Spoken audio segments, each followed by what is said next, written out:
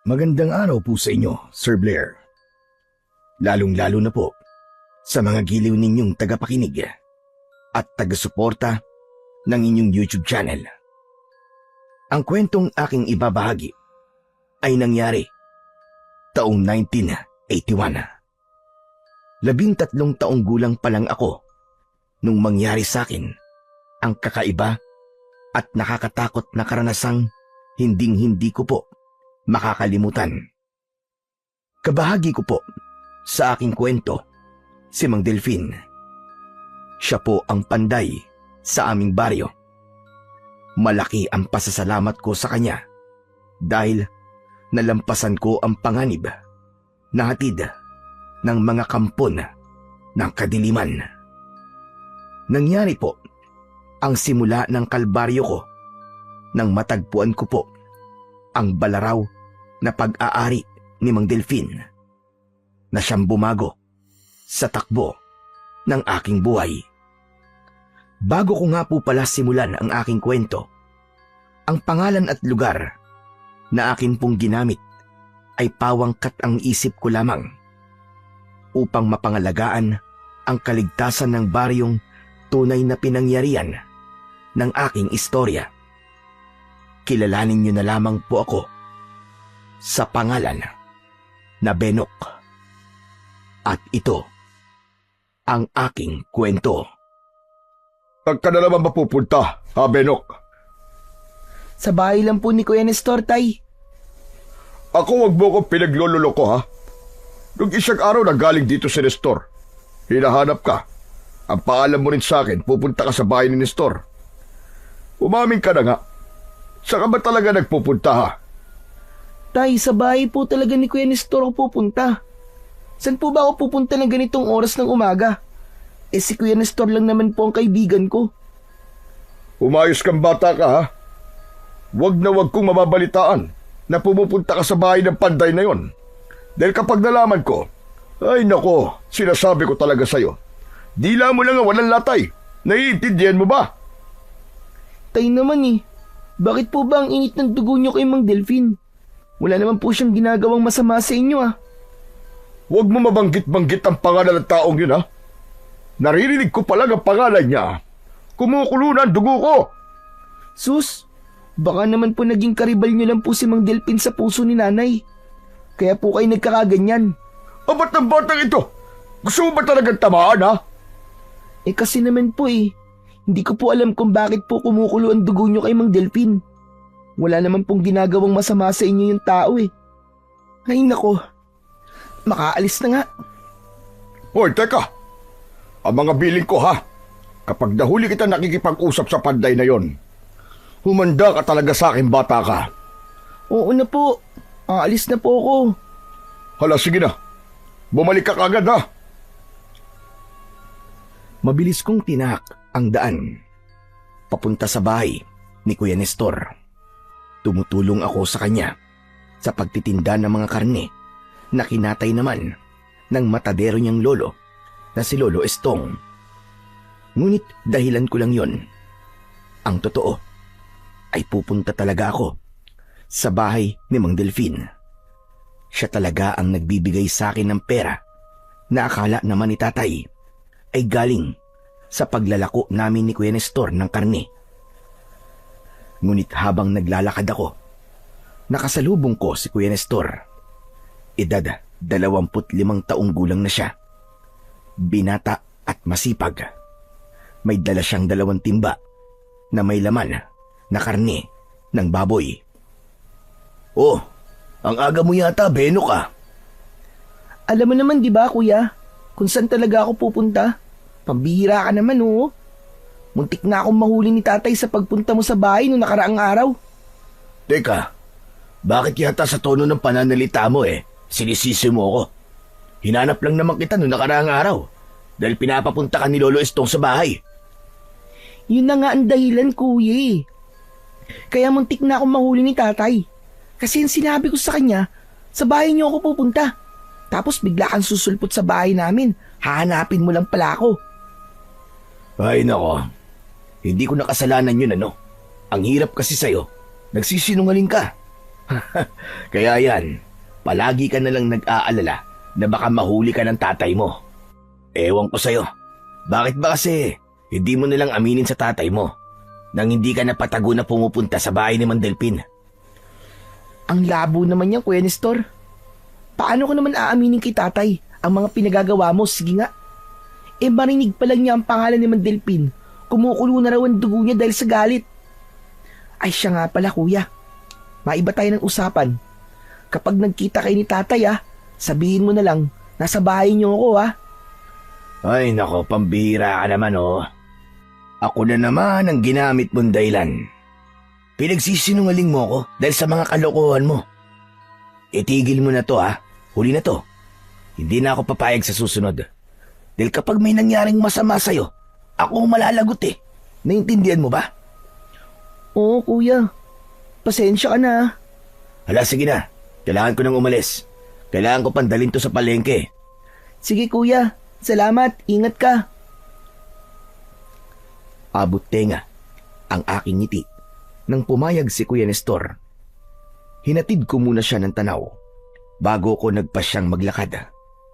Pangarap ko talagang matuto sa pagpapanday ng iba't ibang klaseng patalim at sandata. Kaya kahit patago ay gumagawa ako ng paraan para makapunta sa pandayan ni Mang Delfin. Bukod pa ron, iba ang saya na nararamdaman ko sa tuwing pinapanood ko si Mang Delfin sa kanyang ginagawa.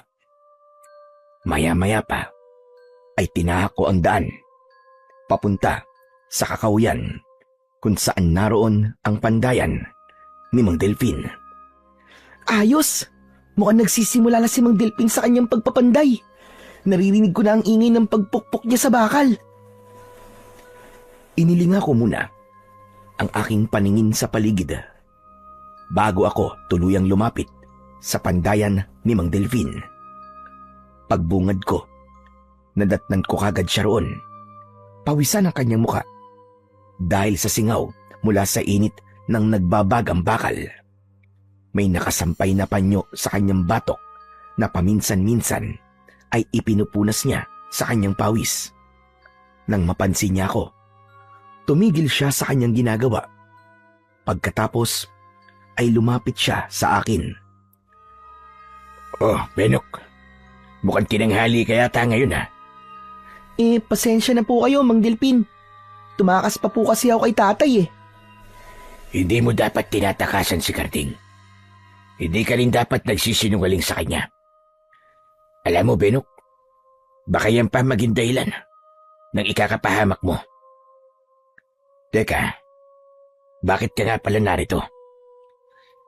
Mang Delfin, gusto ko po talagang tumulong sa inyo Gusto ko pong matuto kung paano po magpanday. O sige, halika rito. Alalayan mo muna ako sa aking ginagawa at pag-aralan mo mabuti kung paano ako magpanday ng espada. Ito ang unang paraan para matuto ka. Dapat matyaga ka at handang magtiis sa mainit na singaw ng bakal. Ipinakita sa akin ni Mang Delfin kung paano ang magpanday ng itak.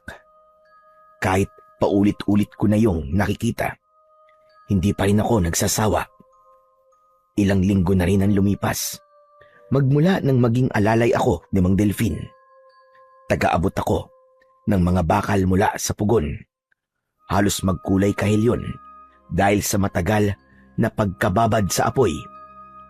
Kapag nailagay na yon sa sangkalan na bakal, sa kanya ihuhulma yon at wala nang tigil sa pagpukpok gamit ang maso hanggang sa mabuo na ang hugis ng itak. O sige, Benok, ikaw naman. Subukan mo magpanday. Talaga po? Ako naman po magpapanday. Tuturuan niyo po ako.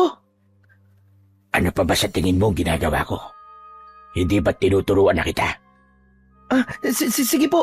Maraming salamat po, Mang Delfin. Hala, sige na. Gawin mo na. Maigpit dapat ang pagkakahawak mo sa pang-ipit ng bakal para hindi tumalsik. Pagkatapos, madiin naman ang pagpukpok mo sa bakal gamit itong maso. Kailangan din ng malakas na puwersa. Sa una, sigurado magpapaltos ang palad mo dyan. Kaya dapat, kaya mong labanan ng sakit. Handa po talaga ako matuto, Mang Delfin. Kahit magkanda paltos-paltos pa po ang aking kamay. O sige, simulan mo na at panonoorin kita. Kapag nakabuo ka ng itak ngayon, bibigyan kita ng gantimpala. Ayos ba yun? Ayos na ayos po. Hindi mawala ang ngiti sa akin labi dahil sa mga sinabing yon ni Mang Delfin. Lalo na nang hawakan ko na ang maso. Maraming beses na tumatalsik talaga ang bakal at tinatamaan ako sa binti. Ngunit hindi ko yun iniinda dahil alam ko pinapanood ako ni Mang Delfin. Kaya naman, hindi ko na malaya ng oras. Halos hindi ako makapaniwalang makakagawa kagad ako ng itak. Lumapit sa akin si Mang Delfin at tinignan niya ang talim ng itak. Aba, mahusay ang pagkakagawa mo nito. Kahit may konting uka sa talim, masasabi kong madali ka natuto sa pagpapanday. Konting pagpapakinis pa ng talim nito, pwede na itong may benta. Talaga po, Mang Delfin? Oo, Benok. Walang halong biro. Alam mo ba, doon nagsisimula pa lamang ako sa pagpapanday, abay hindi ganito kaganda ang nagawa ko. Ilang buwan pa lumipas bago pa ako natuto sa pagpapanday. Napakasaya ko po, Mang Delfin. Hindi ko po akalain na magagawa ko po ng maayos ang itak. Basta't ipagpatuloy mo lamang ang pag-aaral sa pagpapanday. Baka dumating ang araw, mas mahusay ka pa sa akin. O bueno, Benok. Nagawa mo naman ang maayos ang paggawa ng itak. Eto, tanggapin mo ang bayad ko.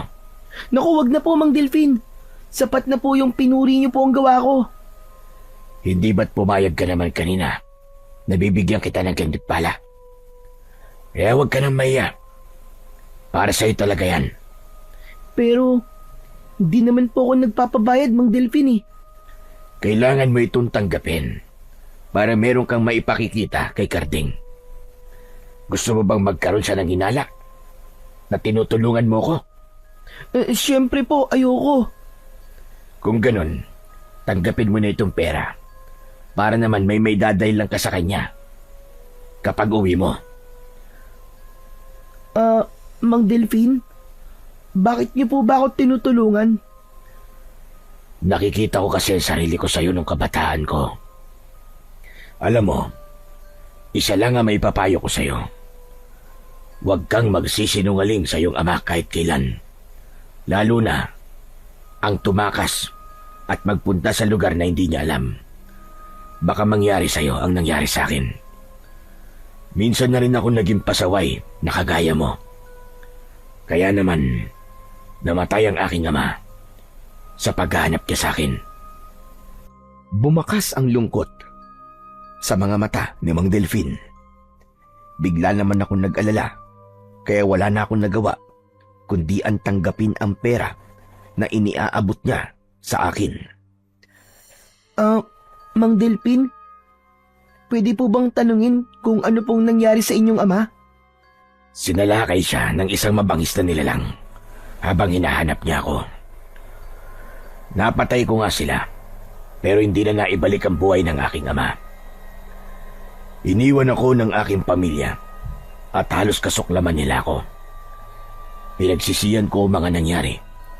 Ngunit kagaya na sinabi ko, huli na ang lahat para magsisi. Kaya habang maaga pa, Benok, matuto kang magsabi ng totoo sa iyong ama nang hindi ka magaya sa akin. Nakakalungkot naman po pala ang naging buhay niyo, Mang Delfin. Tama ka. Malungkot ang nag-iisa. Walang karamay at mag-isang namumuhay. Kaya naman, ikinulong ko ang aking sarili sa pagpapanday ng mga itak para kahit papano ay makalimutan ko mga nangyari. Teka, siya nga pala. Maiwan muna kita rito. Kailangan ko pa kasing bumili ng mga bakal. Baka dumating na yung kausap ko. Mabilis lang ako. Sige po. Teka, bago ka umalis, linisan mo muna itong pandayan ko, ha? Sige po, Mang Delfin. Tumango si Mang Delfin bago siya umalis. Pagkatapos, ay inilinga ko ang aking paningin sa paligid para maghanap ng basahan. Ngunit wala akong nakita. Kaya naisipan kong pumasok sa loob ng bahay ni Mang Delfin dahil katabi lang naman yon ng pandayan nito. Pagpasok ko, bumungad sa aking paningin ang loob ng bahay. Wow! Ang linis naman ng bahay ni Mang Delfin. Tsaka ang daming magagandang itak na nakasabit sa dingding na sawali. May mga nakadisplay din na pugot na bungo ng mga hayop. Napakaganda naman tignan ng pagkakaayos ng mga gamit niya. Teka, nasan kaya ang basahan niya? Sa aking paghanap, napako ang aking paningin sa kinaroroonan ng isang lumang baul. Napakunot ang noo ko nang makitang may basahan sa ibabaw nun. Lumapit ako sa kinaroroonan ng baul. Saka pinagmasdan ang itsura nito. Ano ba naman yan? Ang dami namang alikabok nitong baul na to. Para bang matagal nang hindi nalilinisan? Teka, ano kaya kung ito na muna ang linisin ko? Sayang naman kasi, maganda pa to eh. Kinuha ko ang basahan sa ibabaw ng baul. Inihipan ko yun, saka pinispisan ng aking kamay. Pagkatapos, ay sinimulan ko ng punasan ang baul. Binuksan ko yun para malinisan din ang mga gamit na nakatago roon. Ngunit natigilan ako nang makita ang laman ng baul. Walang ibang nakalagay sa loob, kundi ang isang pulang tela na nakabalot sa parang itak. Kinuha ko yun at tinanggal ang balot nun. Teka, kung di ako nagkakamali, balaraw to ah. Ang ganda naman nito. Ngayon lang ako nakakita ng ganitong klaseng sandata. Ang ganda rin ng disenyo na nakaukit sa hawakan. Sinipat-sipat ko sa ere ang balaraw. Ngunit nagulat ako nang bigla kong maramdaman ang malakuryenteng gumapang sa aking kamay. Nabitiwan ko ang balaraw at napaupo ako sa sahig. Sakto naman ang pagpasok ni Mang Delfin. Nanlaki ang kanyang mga mata nang tumingin siya sa akin. Agad akong napatayo. Nag-alala ako dahil pinakialaman ko ang kanyang gamit. Mang Delfin, patawarin niyo po ako at pinakialaman ko po ang gamit niyo. Anong ginawa mo? Naganap lang po ako ng basahan na ipanlilinis ko po sana sa pandayan. Pero nakita ko po itong baul eh. Marumi na po kaya nilinisan ko. Hindi ko po sinasadya na hawakan po ang balaraw niyo. Pasensya na po talaga, Mang Delfin. Hindi na po mauulit.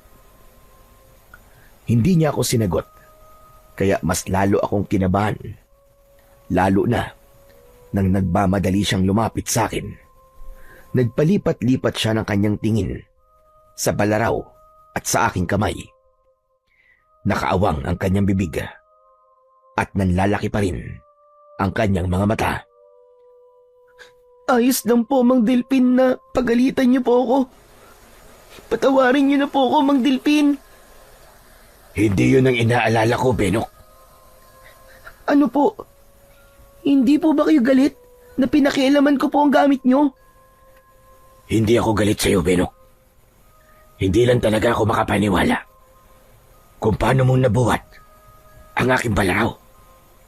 Magaan naman po ang balaraw at saka maikli lang po. Ito nga po, ang gaan-gaan lang. Mas lalong bumakas ang pag-aalala sa muka ni Mang Delfin. Naging balisa siya at panay ang sulyap sa akin. Benok, kakaiba sa lahat at sa datang yan. Matagal na panahon na yan na nakatago dyan sa baul. At walang sino man ang nakakabuhat sa balaraw. Kaya nagtataka ko kung paano mo ito nabuhat. Pero, bakit naman po, Mang Delfin? Akala ko po, simpleng balaraw lang po yan. Ang sino mong magtatangka na hawakan ito ay napapaso ang kamay at hindi nabubuhat. Kaya delikado ang ginawa mo. Hindi ko po kayo naiintindihan, Mang Delfin. Yumuko si Mang Delfin at hinawakan niya ako sa tigkabilaan kong balikat. Makinig kang mabuti sa akin, Benok. Ang balaraw na yan ay gawa pa sa bumagsak na bulalakaw. Matagal na panahon na lumipas nang magamit yan ng isang panday laban sa masasamang elemento. At ang pagkakabuhat mo sa sandatang yan ay nangangahulugan ng muling paggasik ng lagim ng mga aswang. Ano po, Mang Delfin? Aswang po. Siya nga, Benok. Mga aswang.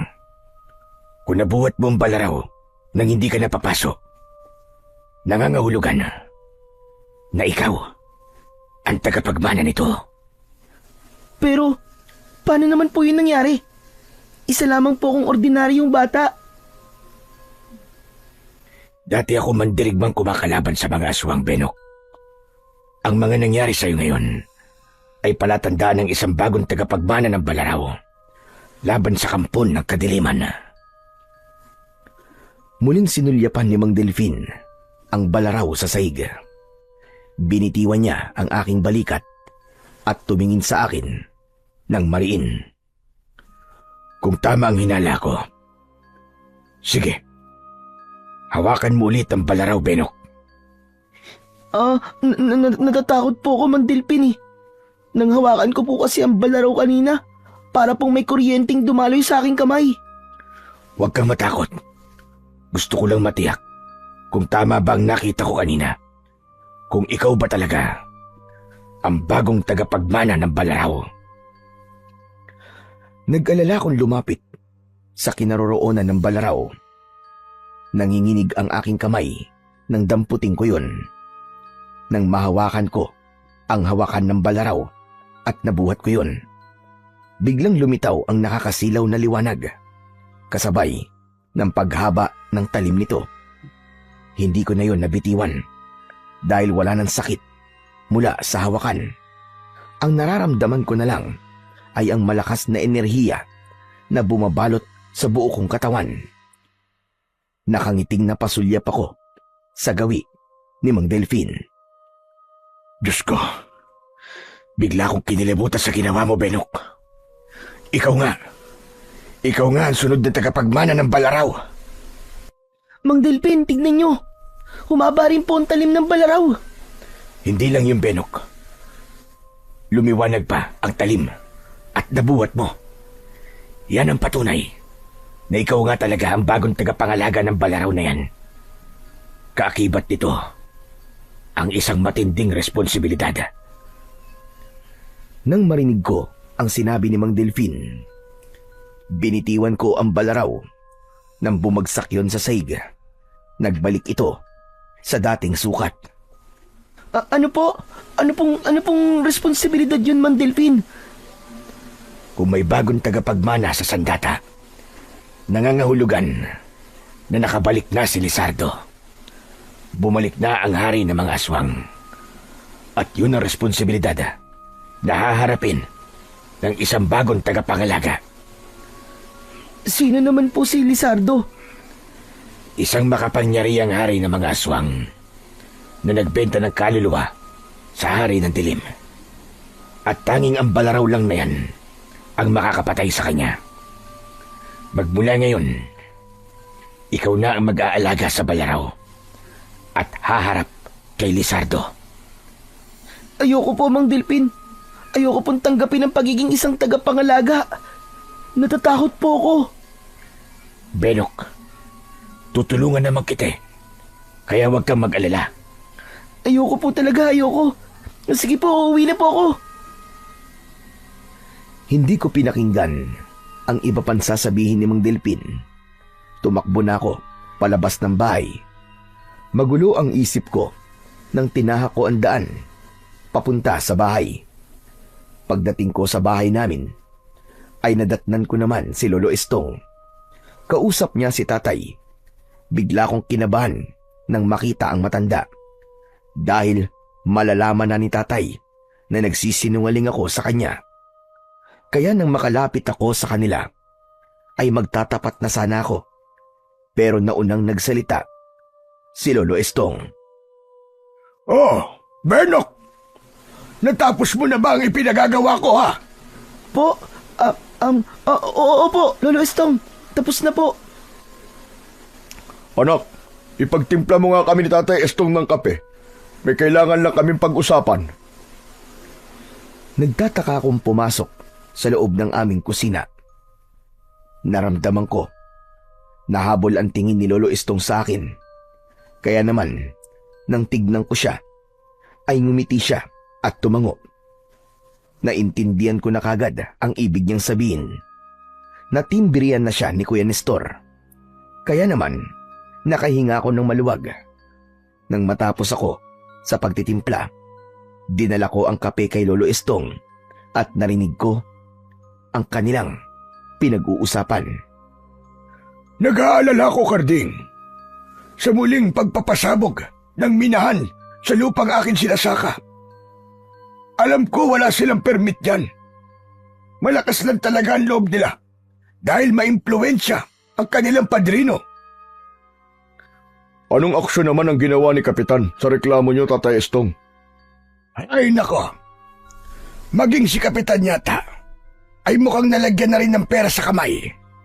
Sukat ba namang sabihin sa akin na ang pakialaman ko raw ay ang pangangaso ko sa bundok at yun daw mismo ang totoong nakakapaminsala? Eh alam mo namang, Karding, di ba? Na matagal na akong tumigil sa pangangaso magmula na mangyari sa iyong ama ang trahedyang yun. Ayoko na pong pag-usapan pa tungkol sa bagay na yan. Kung balak niyo po na ipaalam sa kinauukulan ng hinaing niyo, tutulungan ko po kayo. Kung ganon, tutuloy na ako. Uubusin ko lang itong kape. Maraming salamat nga pala, Benok, sa kape. Walang anuman po, Lolo Estong. Pagkaubos ni Lolo Estong ng kanyang kape, ay biglang umalingaw-ngaw sa bundok ang sunod-sunod na putok ng dinamita. Natigilan si Lolo Estong at nag-aalala na napatingin sa gawi ni tatay. Talagang hindi sila tumitigil sa pagsira sa ating kalikasan. Ang dapat sa mga yan, isumbong na sa mga pulis. Mabibigo ka lamang, Kardeng. Bayad na nila mga pulis. Ay nako, makaalis na nga. At baka si Nestor makiusyoso na naman sa pagmimina. Baka pati siya ay madamay kung sakaling magkahulihan. Sige po, Tatay Estong. Mag-iingat po kayo. Nang makaalis na ang matanda, ay binalingan naman ako ni tatay. Seryoso ang kanyang tingin at sinuri niya ang aking muka. Bakit po, Tay? Kanina nang dumating ka, napansin ko na namumutla ang labi mo. Parang may kinatatakutan ka. Tumakbo po kasi ako, Tay. Nag-alala po ako kasi baka mapagalitan niyo po ako kapag hindi po kagad ako nakabalik. Ito nga po pala ang kinita ko kanina, Tay, habang kasama ko po si Kuya Nestor. Aba, malaki-laki ang pera mo ngayon, ha? Akala ko ba konti lang ang kinatay na baboy ni Tatay Estong? Nag-extra po kasi akong magbuhat ng mga isda sa iba pong nagtitinda. Tamang-tama ito, anak. Paubos na ang nabili kong bigas nung isang araw. Tay, ano po ang sadya sa inyo ni Lolo Estong? Seryoso po kasi ang pinag-uusapan nyo. Yun ba? Nag-aalala si Tatay Estong na baka masira nila ang lumang sementeryo. Doon kasi nag-ooperate ang mga minero Matagal ng problema yun. Pero hanggang ngayon, hindi pa rin sila napipigilan ng gobyerno. Bakit po kaya sa dinabi namin ng pagmiminahan ay sa lumang sementeryo pa po? Kawawa naman po mga nakalibing doon. Sinabi mo pa. Hala, sige na, pumasok ka na sa loob ng bahay. At ako naman magtutungo muna sa palengke para bumili na may ulam natin. Huwag ka nang aalis ng bahay, ha? At walang tao rito. Opo, Tay. Masigla na umalis ang aking ama, papunta sa palengke. Naiwan akong mariin na pinakikinggan ang ingay ng pagpapasabog ng lupa sa bundok. Akma sanang papasok ako sa loob ng bahay nang bigla kong naramdaman ang mahigpit na kamay na kumapit sa aking braso. Nang lumingon ako, nakita ko si Kuya Nestor.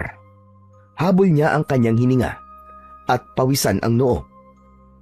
Oh, Kuya, bakit? Halika, sumama ka sa akin.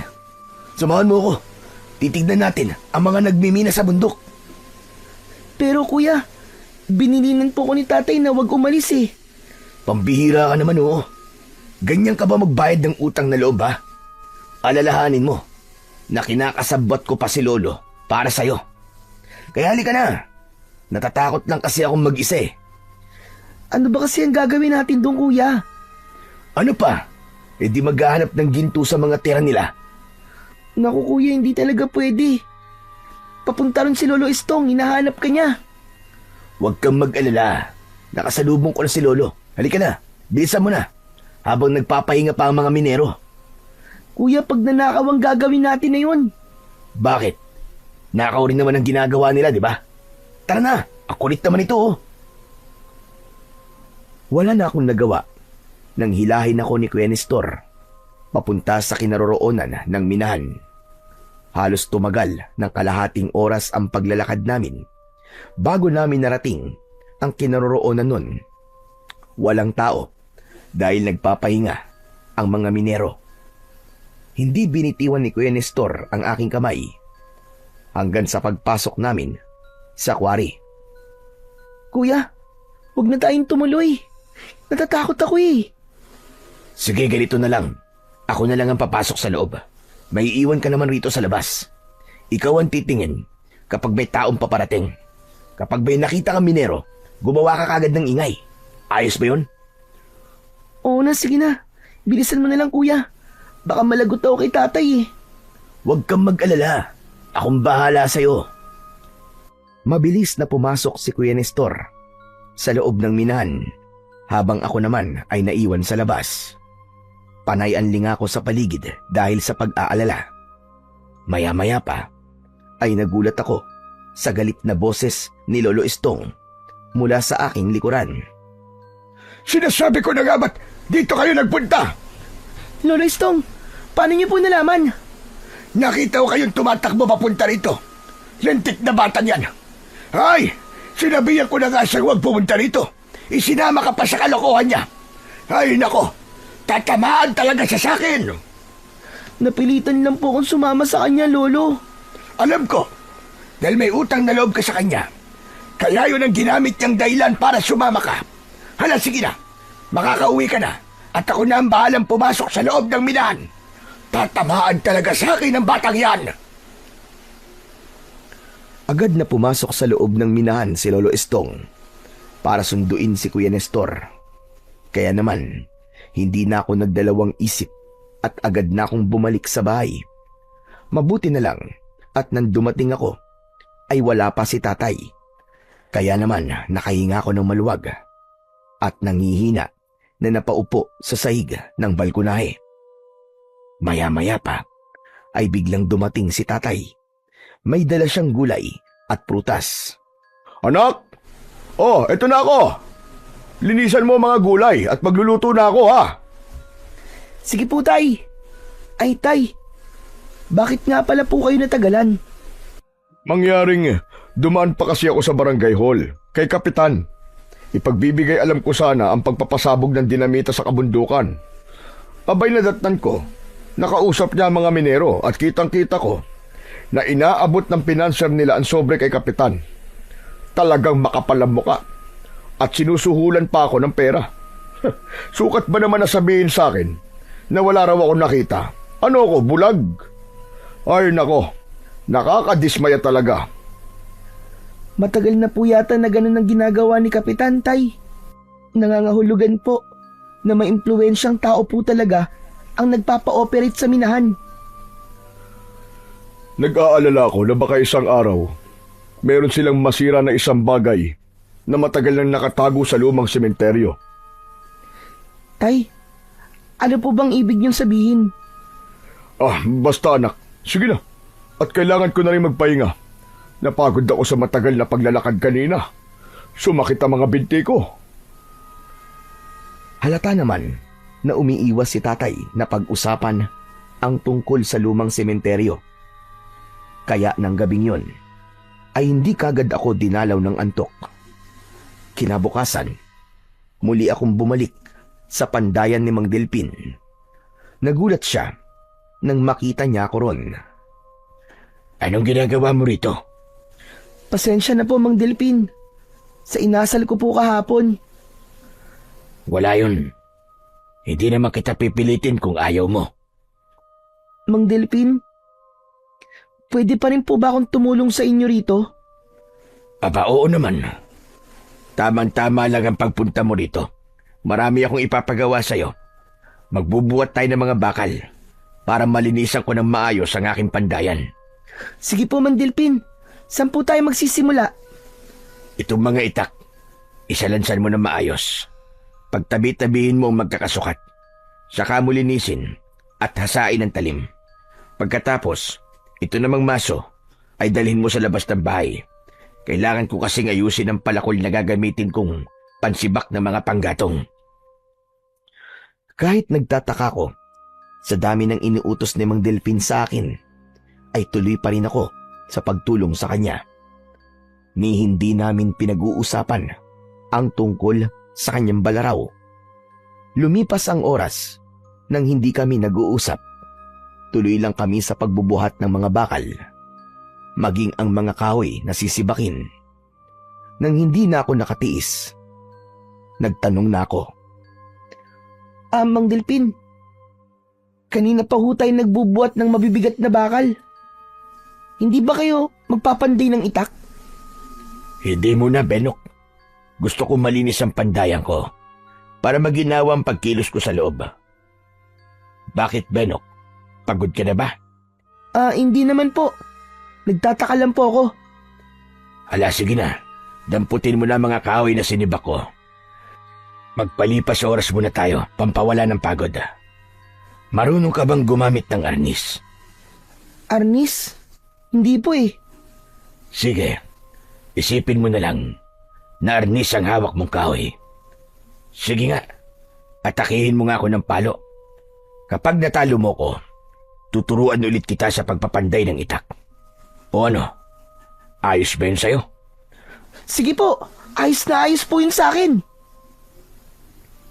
Nagsimula ang aming paglalaban, pero madalas niya akong tinatamaan ng kahoy sa puwet. Kaya napapaigtad ako dahil sa sakit. Nang mga sandaling yon, wala akong kaalam-alam na tinuturuan na pala ako ni Mang Delpin kung paanong makipaglaban. At dahil natutuwa ako sa ginagawa namin, nakipagsabayan ako sa kanya kahit hindi ako makatama. O ano, paano ba yan?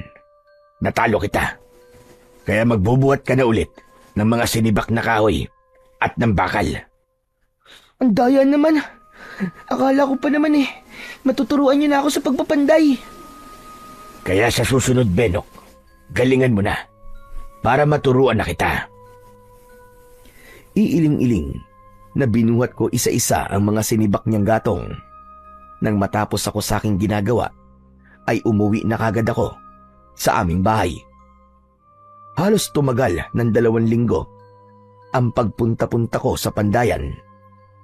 Tinuturuan naman niya ako sa pagpapanday, pero mas lamang ang pagbubuhat. Hanggang isang araw ay kinausap na ako ni Mang Delpin.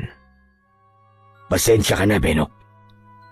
Kung hindi ko ipinagtapat sa'yo ang buong katotohanan.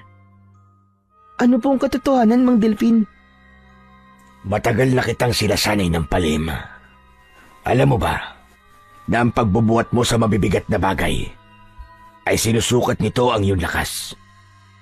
Pati na ang paggamit mo ng kahoy sa tuwing nagdidwelo tayo ay isang paraan kung paano humawak ng balaraw. Sa nakikita ko, malaki na ang iginaling mo. Teka, Akala ko po ba hindi niyo po ako pipilitin. Bilang bagong tagapagmana, tungkulin mong harapin kung ano ang nakatakda para sa'yo. Hindi mo yung pwedeng baliwalain at iwasan. Kailangan mo tong harapin, Benok. Pero ang gusto ko lang naman po ay maging tagagawa ng sandata. Wala po akong alam pagdating po sa pakikipaglaban. Kaya nga tinuturuan kita, hindi ba? Kailangan mo magsanay upang maharap mo ang mga kalaban. Magtiwala ka sa akin, Benok. Hindi ka mapapahamak. Bakit niyo po ba ito ginagawa, Mang Delphin? Dahil nanganganib ang buhay mo. Papatayin nila ang bagong tagapagmana. At mararamdaman nila yon kapag nakaharap ka nila. Kaya sa ayaw at sa gusto mo, tatanggapin mo ang tungkulin na nakaatang sa balikat mo. Pero Subok ko ng kakayahan ng balaraw, Benok. Dahil ako mismong gumamit nito. Inubos ko ang mga aswang. Napatay ko ang hari nila. At tumanggap ako ng papuri dahil doon. Itinuring nila ako na isang bayani. ang ibig niyo po bang sabihin? Sikat po kayo nun? Oo. Sikat ako, mandirigma. Ang astig naman nun, Mang Delphin. Parang gusto ko na rin po maging kagaya niyo Magiging kagaya kita kung tatanggapin mo ang iniaalok ko sa'yo. Hindi mo maaaring tanggihan ang misyon na nakaatang sa balikat mo, Benok. O ano? Handa ka na ba sa pagsisimula ng tunay nating pagsasanay? Sige po, Mang Delphin. Handa na po ako matuto sa inyo. Ang inaalala ko lang naman po ay si tatay. Medyo nakakalata na po siya. Lalo na po at matagal ko na rin pong hindi nakikita si Kuya Nestor. Siya po kasi ang kakampi ko kapag tumatakas po ako papunta rito . Ang Nestor ba na kaibigan mo ay madalas na pumupunta rito para sunduin ka? Opo. Magmula po nang iwan ko siya sa minahan, hindi na po kami nagkita. Baka masama nga po ang loob niya sa akin dahil sa pangiiwan ko po sa kanya. Nahuli po kasi kami ni Lolo Estong. Sa tingin ko, pinagbawalan siyang lumabas ni Tatay Estong. Huwag mo na siyang alalahanin. Ang inaalala ko ay ang galit ng tatay mo. Naku, mahusay naman po kayo sa pakikipaglaban . Kaya walang panama sa inyo si tatay. Loko ka talagang bata ka. Hala, sige na. Simulan na natin ang pagsasanay. Agad kaming naganda ng lugar na pagdadausan namin ng pagsasanay. Hawak ko ang balaraw at siya naman ay ang itak na pinanday ko nung nakaraang araw. Tumagal halos ng ilang araw ang aming pagsasanay bago ko natutunan ang tamang paggamit ng balaraw. Dahil nalibang kami, hindi namin namalayan na malapit na palang dumilim ang paligid. Kaya agad kong isinaoli sa kanya ang balaraw. Naku po, lagot na. Hindi ko na po napansin ang oras, Mang Delphin. Wala na po kung may dadaylan kay tatay nito. Kaya nga mas mabuting ipagtapat mo na sa kanya ang totoo. Hala, sige na. Makakauwi ka na. Sa susunod na araw na lang tayo magkita. Magpahinga ka muna sa pagsasanay. Dahil baka mapagalitan ka na ng iyong ama. Sige po, Mang Delphin. Pupunta na lang po ako rito kapag naayos ko na po ang problema ko kay tatay. Sige po. Pagkatapos ko magpaalam, ay agad akong naglakad pauwi sa bahay. Kaya lang, bigla akong nag-alala nang makita si tatay sa daan. Kasama siyang nakikiusyoso sa mga tao. Nagkakagulo ang mga ito at bakas sa kanilang muka ang pag-aalala. Mabilis akong lumapit sa kinaroroonan ng mga tao at tumambad sa aking paningin ang bangkay ng isang lalaking butas ang dibdib. Dilat ang kanyang mga mata, laylay ang dila at ang kanyang leeg ay kulay ube na parabang sinakal ng maigpit. Gaano nakatagal ang bangkay? Tanong ni tatay sa lalaking nag-aayos sa katawan ng bangkay para ilipat sa higaan na inuusong ng mga tanod. Sinabi nito na kagabi pa raw nila nakita ang katawan Ngayon lang daw pinuntahan ng mga pulis dahil marami din daw ang namatay sa Karatig Baryo at kagaya rin daw ng itsura ng bangkay sa aming lugar. Bumundol ang aking kaba nang marinig ko yun at bigla kong naalala ang mga naikwento sa akin ni Mang Delfin. Kung ganun, totoong bumalik na nga si Lizardo. Diyos ko, hindi kaya ito na rin ang simula ng pag-aasik niya ng lagim? Bulong ko sa akin sarili nang lumingon ang aking ama at nakita niya ako. Biglang dumilim ang kanyang anyo at lumapit sa akin. Dala ng kanyang galit, mahigpit niyang hinawakan ang aking braso. Lintik ka, bata ka! Saan ka ba nanggaling, ha? Aray tay, aray ko po! Tay, nasasaktan po ako, bitiwan niyo po ang braso ko! Nagmasasaktan ka sa akin kapag hindi ka nagsabi sa akin na totoo. Saan ka nanggaling? Bakit ngayon ka lang umuwi? Kay Kuya Nestor po, tay! Sinungaling! Doon na nga ako nanggaling kanina eh. At 2 linggo nang may sakit si Nestor. At 2 linggo mo na rin ako niloloko. Halika, sumama ka sa akin sa bahay. Doon tayo mag-usap. Sa kabila ng nararamdaman kong sakit mula sa mahigpit na pagkakakapit ni tatay sa aking braso, mas nag-alala ko sa kalagayan ni Kuya Nestor. Kaya pala hindi ko na siya nakikita dahil may sakit siya. Pagkalipas ng ilang minuto naming paglalakad, pabalya kong itinulak ng aking ama. Dinuro niya ako habang nanginginig ang kanyang kamay. Ngayon, magtapat ka. Dahil kung hindi, makakatikim ka talaga sa akin. Tay, ano ba ginagawa niyo? Bakit niyo pa inuubad ang sinturon niyo? Kapag hindi mo sinagot ng tama ang itatanong ko sa'yo, matitikman mo ngayon ang galit ko. Ang ayoko sa lahat, yung niloloko ko. Hindi kita pinalaki para magsinungaling lang sa akin. Patawarin niyo ako, tay. Ang totoo po kay Mang Delfin po ako palaging pumupunta. Ano? Anak naman ng 8 tipaklong, oo. Sa dinami-dami ng lugar na pupuntahan mo, sa pandayan pa talaga. Hala, sige, dumapa ka. Tay, nakikiusap po ako. Huwag niyo po akong paluin, masakit po yan eh. Mas masakit ang panlulokong ginawa mo sa akin. Binalaan na kita, pero ang tigas ng ulo mo. Sige, dumapa ka, nang makita mo ang hinahanap mo. Halos patulak akong pinadapa ni tatay. Galit na galit siya at hindi niya pinakinggan ang paliwanag ko. Ganun talaga, mamarusa si tatay kapag napupuno na sa akin. Pero ngayon ko lang siya nakitang nagkaganon. Yun lang din ang unang pagkakataon na ginamit niya sa akin ang kanyang sinturon. Halos 5 palo ang tinamo ko mula sa kanya bago siya tumigil sa pagpaparusa. Ano? Siguro naman magtatanda ka na. Sa susunod na malaman ko pa na nakikipagkita ka sa lalaking yon, ibibitin talaga kita ng patiwarik. Ano po bang dahilan? At galit na galit po kayo sa kanya. Para saktan niyo po ako ng ganito. Basta, ayoko sa kanya. Wala nang maraming tanong. Hindi mo siya dapat na nilalapitan. Delikado siyang tao at habulin ang kamalasan. Lahat na napapadikit sa kanya, napapahamak, namamatay at binamalas. Kaya kung ako sa'yo, makinig ka sa mga sinasabi ko. Pero tay, mabuti po siyang tao. At isang sikat naman dirigmang pumapatay ng maraming aswang para ipagtanggol ang baryong ito. Kaya wala po ako nakikitang dahilan para layuan po siya. Wala akong pakialam sa kung gaano kabait ang tingin mo sa kanya. Basta para sa akin, isa siyang isinumpang nilalang. Baka hindi mo alam, nagkukunwari lang siya mabait.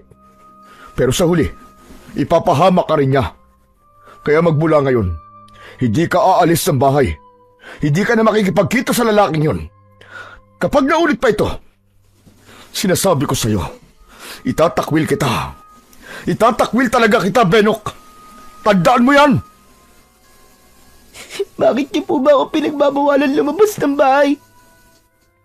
Nakita mo naman siguro kanina. Marami na natatagpo ang patay sa kakahuyan. Kaya makinig ka sa akin. Kung ayaw mo masaktan, Pasigok-sigok akong umiyak nang iwan ako ni tatay sa loob ng aking silid. Ikinulong niya ako at mas lalong napuno ng katanungan ang isip ko. Napatingin ako sa nakabukas na bintana, kaya nalaman ko na gabi na ng mga oras na yon. Yakap ko ang dalawa kong tuhod habang nakatingin ako sa labas. Maya-maya pa ay bigla kong naalala si Kuya Nestor. Kumusta na kaya si Kuya Nestor? Kailangan ko siyang makita. Tumayo ako at sumulyap sa nakasaradong pintuan. Maingat akong lumapit sa bintana. Pagkatapos ay nagpalinga-linga sa paligid ng bahay. Tamang-tama. Maliwanag ang sikat ng buwan. Kita ang daan papunta sa bahay ni na Kuya Nestor. Tsaka hindi rin ako hanapin ni tatay dahil ang alam niya, narito lang ako sa loob ng aking kwarto. Likas talaga sa akin ang pagiging matigas ang ulo. Kaya nang gabing yon, tumakas ako. Sa bintana ako dumaan. Maingat akong tumakbo papunta sa kakahuyan. Halos mabingi ako sa lakas ng kabog ng aking dibdib. Ngunit pagsapit ko sa gitna ng kagubatan, bigla akong nakarinig ng malakas na alulong ng asong ligaw. Kaya naman, tumigil ako sa pagtakbo. Hala, ano yun? Bakit may ganun? Natataranta akong nagpalinga-linga sa paligid habang nanginginig ang aking tuhod. Kaya ganun na lang, kalakas ang aking sigaw nang maramdaman ko ang kamay na humawak sa aking paa. Ah! Bitiwan mo ako! Tulong! Tulungan niyo ako!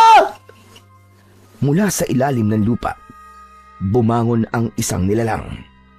Umaalingasaw ang mabahong singaw ng naaagnas nitong katawan. Umangil ito ng malakas habang hinihila ang aking paa. Sinipa ko siya sa kanyang muka, ngunit hindi niya binibitiwan ang aking paa. Bitaw! Bitiwan mo ang paa ko! Lumayo ka sa akin! Nang hindi binibitiwan ng nilalang ang aking paa, yumuko ako. Ako na mismo ang nagtanggal sa kanyang mga kamay. Kaya lang, malambot ang kanyang balat at lumubog ang aking daliri sa kanyang kamay. Naramdaman ko ang kanyang buto at nang iangat ko yun sa ere, nakita ko ang tila naglalaway na likido mula sa kanyang laman. Dala ng aking takot, malakas akong nagpumiglas at sumigaw. Nang makawala ako, ay mabilis akong tumakbo pabalik sa aming bahay. Ngunit naligaw na ako. Hindi ko na alam kung saan ako patungo. Tulong! Tulungan niya ako! Saklolo! Halos magpaekis-ekis ako sa daan para lang makatakas sa aswang. Pero natigilan ako nang makita ko ang dalawang nilalang na paisa-isa ang hakbang papalapit sa aking kinaroroonan. Umaangil sila. Nanginginig ang kamay at ang kanilang balat. Nakalaylay na parabang tela. Sa kanilang muka, kita ang bungo nila na merong mga uod na lumalabas mula sa loob. Halos mabaliw ako sa labis na takot at panay ang paghingi ko ng saklolo. Nanigas ang aking binti, kaya naabutan ako ng dalawang aswang. Wag! Tigilan niyo ako! Huwag kayo lumapit! Maawa na kayo sa akin! Naramdaman ko ang malamig na kamay ng dalawang aswang.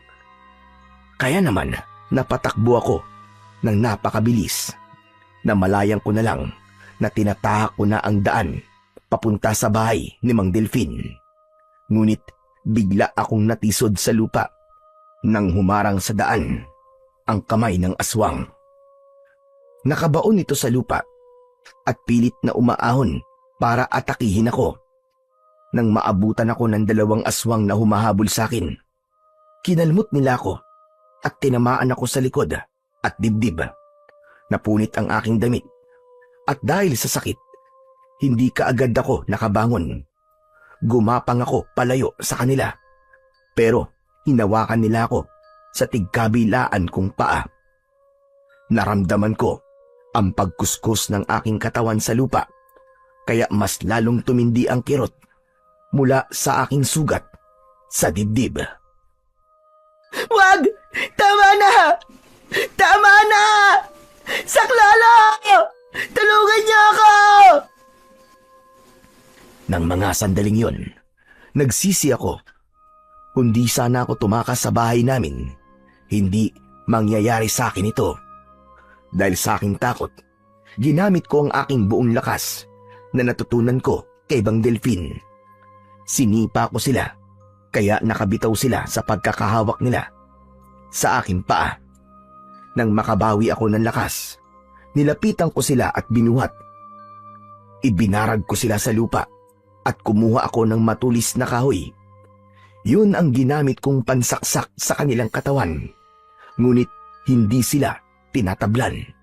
Kahit tinuhog ko sila ng kahoy, hindi pa rin sila tumitigil sa paggalaw. Nang makahanap ako ng pagkakataon, mabilis akong tumakbo papunta sa bahay ni Mang Delfin. Halos sirain ko ang dingding ng pinto sa lakas ng katok ko. Mang Delfin! Mang Delfin! Tulong! Tulungan niyo po ako, Mang Delfin! Agad na bumukas ang pintuan ng bahay ni Mang Delfin at nagulat siya nang bigla kong pumasok sa loob ng bahay niya. Teka, ano ba nangyari sa'yo? Bakit marami kang sugat sa dibdib? Hindi ko agad nasagot ang tanong na yun sa akin ni Mang Delfin. Sa halip, isinara kong mabuti ang pinto. Habol ang aking hininga habang namumutla ang aking labi. Mang Delfin! Mang Delfin! May aswang po sa ilalim ng lupa! Hinabol po nila ako! Inatake po nila ako! Halika, halika! Maupo ka muna at ihahanda ko mga gamot sa sugat mo. Habang mabilis na inihahanda ni Mang Delfin ang gamot, tuloy naman ako sa pagkikwento. Maya-maya pa ay sinimulan niya ng gamutin ang sugat ko. Pagkatapos ay nagsimula na siyang magtanong sa akin. Benok, ano ang itsura ng mga aswang? Para po silang mga patay na biglang nabuhay, Mang Delfin. Nanggaling po sila sa ilalim ng lupa. Sa gitna po ng kagubatan. Doon ko po sila nakita. Naagnas na po ang kanilang katawan at marami pong uod ng kanilang laman, Mang Delfin. Hindi na rin po sila namamatay. Hindi sila tinatabla ng kahoy na itinara ko sa kanilang katawan. Mang Delfin, ano po ba talaga ang nangyayari? Ano po mga yun? Isa yung sinyalis. Nabuhay na ulit ang hari ng mga aswang. Diyos ko, hindi na tayo magkakaroon ng katahimikan simula ngayon. Nasa panganib na ang baryong ito. Mang Delfin, natatakot po ako. Ano pong gagawin natin? Tsaka si tatay po. Mag-isa lang po siya sa bahay. Ano? Bakit mo siya iniwan? Tumakas lang po ako eh. Pinagalitan niya po ako at pinalo po ng sinturon. Sinabi ko na po sa kanya kung saan po ako pumupunta kapag umaalis ako. Nagtapat na po ako sa kanya. Pero bakit umalis ka pa rin ng bahay niyo? Bala ko po kasi sanang bisitahin si Kuya Nestor. May sakit daw po kasi siya eh. Hindi ko naman po akalain na may makikita po akong aswang. Aray, sobrang sakit po ng sugat ko, Mang Delfin. Huwag kang mag-alala. Kalmot lang naman yan. Mas delikado kung kinagat ka ng aswang. Oh, heto ang damit. Magpalit ka. Dahil kapag nakita yan ng iyong ama, tiyak na mas lalo siyang magagalit sa'yo. Kinuha ko ang damit na iniabot sa akin ni Mang Delfin. Saka ako nagtanong sa kanya tungkol sa mga nilalang na umatake sa akin. Mang Delfin, ano po bang klaseng nilalang ang mga aswang na umatake sa akin kanina? Amalanig ang tawag sa kanila. Ang mga aswang na muling nabuhay. Walang ibang sandata na makakapatay sa kanila, kundi tanging ang balaraw ko lamang. Kung ganun, ngayon na po ang simula ng pag-aasik nila ng lagim. Tumayo si Mang Delpin at bumakas sa kanyang anyo ang labis na pag-aalala. O Benok, kaya kailangan mo nang tanggapin ang balaraw dahil alam na nila na ikaw ang tagapagmana ng sandata at kakailanganin na natin ng matinding paghahanda at pagsasanay. Pero paano po, Mang Delpin? Paano po si tatay? Kailangan ko siyang kausapin. Pero sa ngayon, magpagaling ka na muna na sugat mo. Kaya ko po, Mang Delpin. Kaya ko pong gawin ang pagsasanay natin kahit may sugat ako. Ito na po ang hinihingi ng pagkakataon. Sigurado ka ba, Benok? Tumango ako kay Mang Delphin. Kaya naman, nagmamadali siyang lumapit sa baul. Kinuha niya ang balaraw at iniabot niya yon sa akin. Magmula ngayon, hindi mo na ihihiwalay ang balaraw na to sa iyong katawan. Dahil nasa panganib ang buhay mo. Opo, Mang Delphin. Naiintindihan ko po. Nang gabing yon, ay nagsimula na kami sa pagsasanay ni Mang Delphin. Panatag ang loob ko dahil alam ko na hindi malalaman ni tatay ang pag-alis ko. Kaya namalayan ko na lang na sumapit na ang madaling araw. Wala na palang dapat alalahanin. Mabilis ka natuto sa paggamit ng balaraw. Sabi ko naman po sa inyo madali po ako matututo. Sige na, umuwi ka na. Ingatan mo ang balaraw. Ako nang bahalang kumausap kay Karding para matapos na ang pag-aalala mo. Ipagtatapat niyo na rin po ba sa kanya ang tungkol po sa balaraw? Oo, Benok. Dahil ayoko na nagsisinungaling ka pa sa kanya. Tatanggapin ko kung ano ang sasabihin niya. Panahon na para magkausap kami. Pagkatapos ko magpaalam kay Mang Delphin, tinaha ko ang daan papunta sa bahay. Pero nagulat ako nang makitang bukas ang pintuan. Nag-aagaw ang dilim at liwanag, kaya bumundol ang kaba sa aking dibdib. Dahil kadalasan, tanghali nang nagigising ang aking ama, mas lalo akong nagulat nang makita ko si Kuya Nestor. Kagagaling lang niya sa loob ng aming bahay, kaya itinago ko muna ang balaraw sa aking bewang bago ko siya nilapitan. Kuya Nestor, akala ko may sakit ka. Anong ginagawa mo rito? Lintik na! Saan ka ba nanggaling, ha? Kuya, nanggaling po ako sa bahay ni Mang Delphin. Akala ko may sakit ka. Kaya tumakas ako kagabi para puntahan ka. Kaya lang hinarangan at inatake ako ng mga aswang na amalanig. Kaya napunta ako sa bahay ni Mang Delphin. Sira ulo ka talaga. Palagi ka na lamang gumagawa ng problema.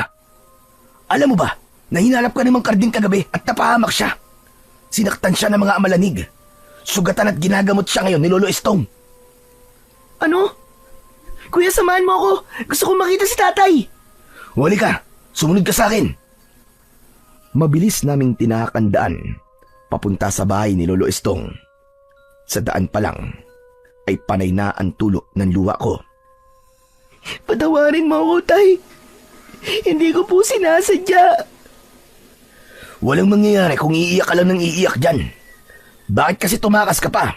Napahamak tuloy si Mang Karding dahil sa'yo. Kumusta siya, kuya? Marami ba siyang sugat? Oo, mabuti na lang at kalmot lang ang inabot niya. Ang hirap kasi sa'yo. Palagi ka na lang nawawala. Napapahamak tuloy ang mga taong nakakasama mo. Bakit, kuya? Nagtatanong ka pa. Nang iniwan mo ako sa minahan, nabagsakan ako ng bato. 2 linggo pala akong walang malay. Itong si Lolo naman, naging maigpit na sa akin. Hindi niya na ako pinapayagang umalis. Lalo na nang mabalitaan niya ang nangyari sa bangkay ng lalaking natagpuan sa kakauyan. Pasensya ka na, Kuya Nestor. Kung iniwan kita doon. Pinauwi kasi ako ni Lolo Estong Ay nako, ano pa nga ba? Nangyari na. Oh, narito na pala tayo. Dala ng pagkasabik na makita ko si tatay Nauna kong pumasok sa loob ng bahay ni Lolo Estong. Nakita ko ang aking ama na nakahiga sa katre at puno ng benda ang katawan. Nang makita niya ako, pinilit niyang bumangon sa higaan at galit na nagsalita. Nakita mo na kung anong kinailat na nakatigasan ang ulo mo. Saan ka nagpunta ha? Kay Delphine na naman ba? Opo, Tay. Patawarin niyo po ako. Hindi ko naman po alam na merong mga aswang na malanig sa baryo natin eh. Ang balak ko lang naman po sana ay bisitahin po si Kuya Nestor. Pilit na tumayo si tatay at lumapit siya sa akin. Bigla niya akong sinampal ng malakas, kaya natumba ko sa saig. Dahil doon, napatayo si Lolo Estong at bumakas ang pag-aalala sa kanyang muka. Karding! Huwag mo naman saktan ang anak mo! Pero Lolo Estong, nag-usap na po kami ng batang ito. Ang sabi ko sa kanya, itatakwil ko siya kapag nagpunta pa rin siya sa bahay ni Delphine. Pero bata yan, Karding. Talagang nagkakamali. Teka, ano ba ang bagay na nasa sahig? Napako ang aming atensyon sa balaraw na nahulog mula sa pagkakasuksok ko sa aking bewang. Dali-dali ko yung itinago sa aking likod. Pero nakita na yon ni tatay. Isang balaraw ang hawak mo, di ba? Sanda tayo ni Delphine. Paano napunta yan sa'yo? Ninakaw mo ba yan? Hindi po, Tay. Ibinigay niya po ito sa akin. Ilang beses ka na sa akin nagsisinungaling. Kaya hindi na ako naniniwala sa'yo. Akin na yan. Ibigay mo sa akin ang balaraw na yan. Mas lalo kong hinigpitan ang pagkakahawak sa aking balaraw. Pailing-iling ako habang umaatras palayo kay tatay. Inilahad niya ang kanyang kamay para kunin sa akin ang sandata. Okay na yan. Ibigay mo sa akin ang sandatang yan kung ayaw mo masaktan. Hindi yan dapat na sa'yo. Karding, baka naman nagsasabi siya ng totoo. Ang mabuti pa, kausapin mo si Delphine. Wala akong pakialam kay Delphine, Tatay Estong. Si Benok ang iniisip ko. Kaya akin ang balaraw, Benok. Sinasabi ko sa'yo, maikli ang pasensya ko. Tatamaan ka talaga sa akin. Sa pagkakataon na yon, ay niyakap ko na ang balaraw at pilit na iniiwas sa aking ama. Mang Karding, ako na lang po magsasauli kay Mang Delphine. Baka kapag nagkaharap po kayo ni Mang Delphine magkagulo pa kayong dalawa. Benok, akin na yan. Sige na, ako na magsasauli kay Mang Delphine. Kuya, hindi ko po ito ninakaw. Kusang ibinigay po talaga sa akin ito ni Mang Delphine. Ang sabi niya po, ako raw po ang sunod na tagapagmana. Ano? Lintik na sinabi niya yun. Anong tagapagmana, ha? Ako raw po ang bagong lalaban sa mga aswang na amalanhig. Kalokohan! Hindi ako makakapayag. Talagang inuubos ng lalaking yun ang pasensya ko. Halika, sumama ka sa akin. Papatayin ko siya sa harapan mong bata ka. Karding, ang bata nasasaktan. Ano ka ba?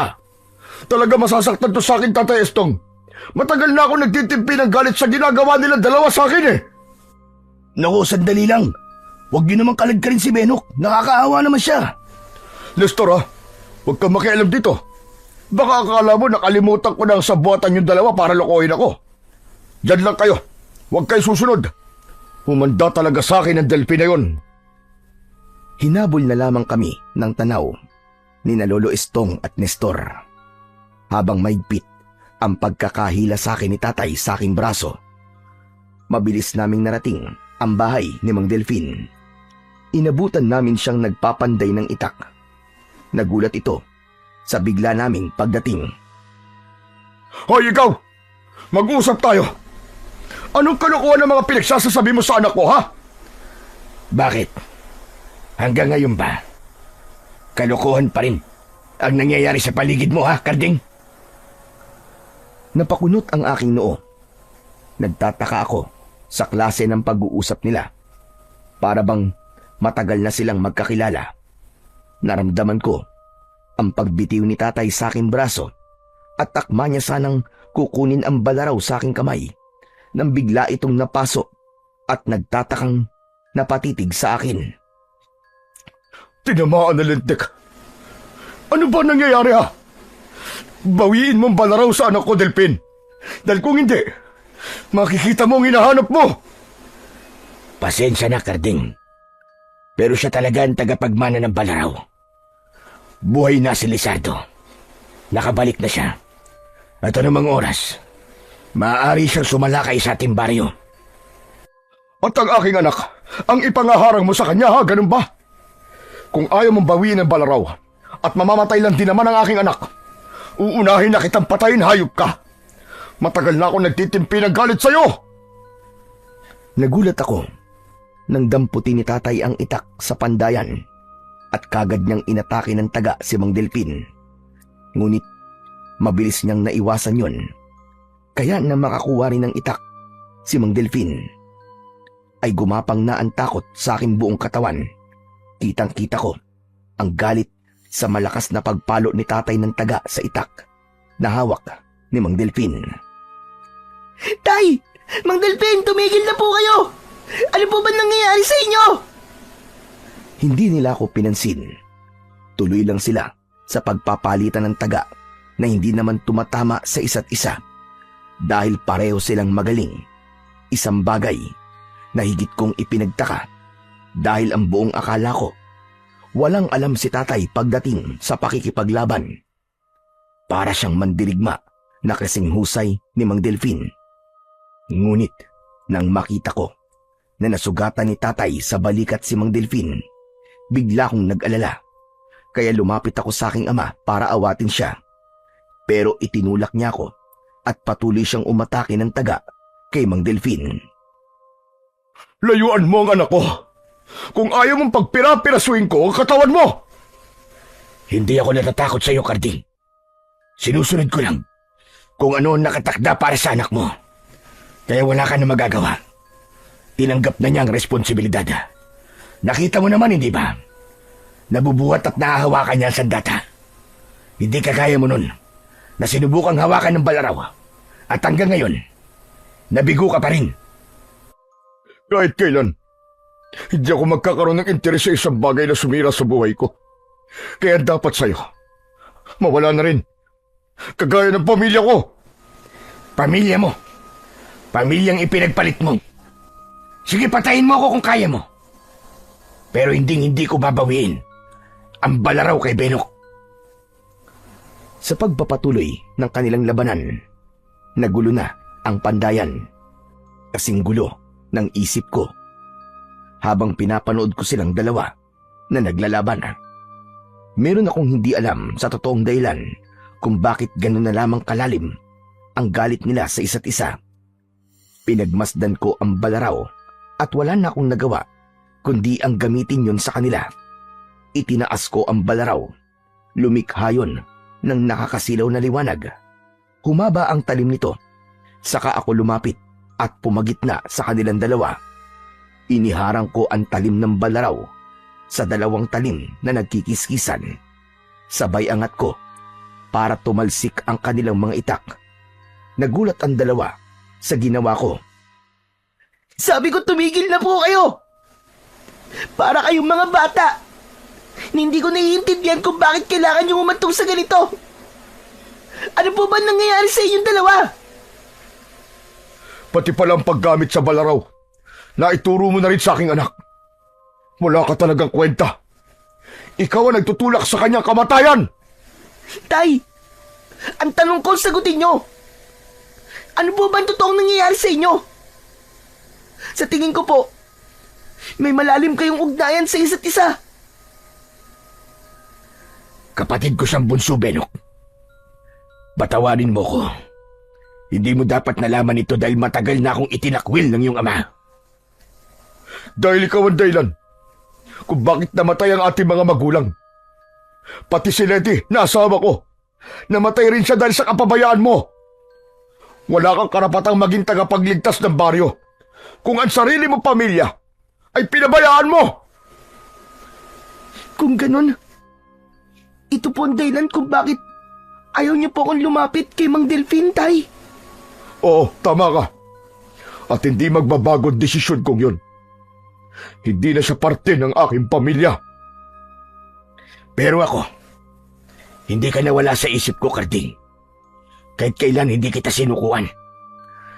Wala akong kasalanan. Pareho tayong nawalan.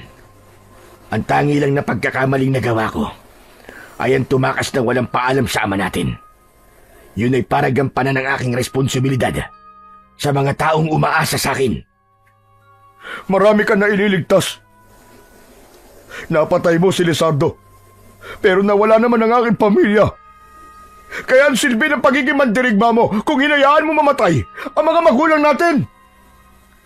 Bumalik na si Lizardo. Buhay na siya, Karding. Buhay nang muli si Lizardo. Kalokohan.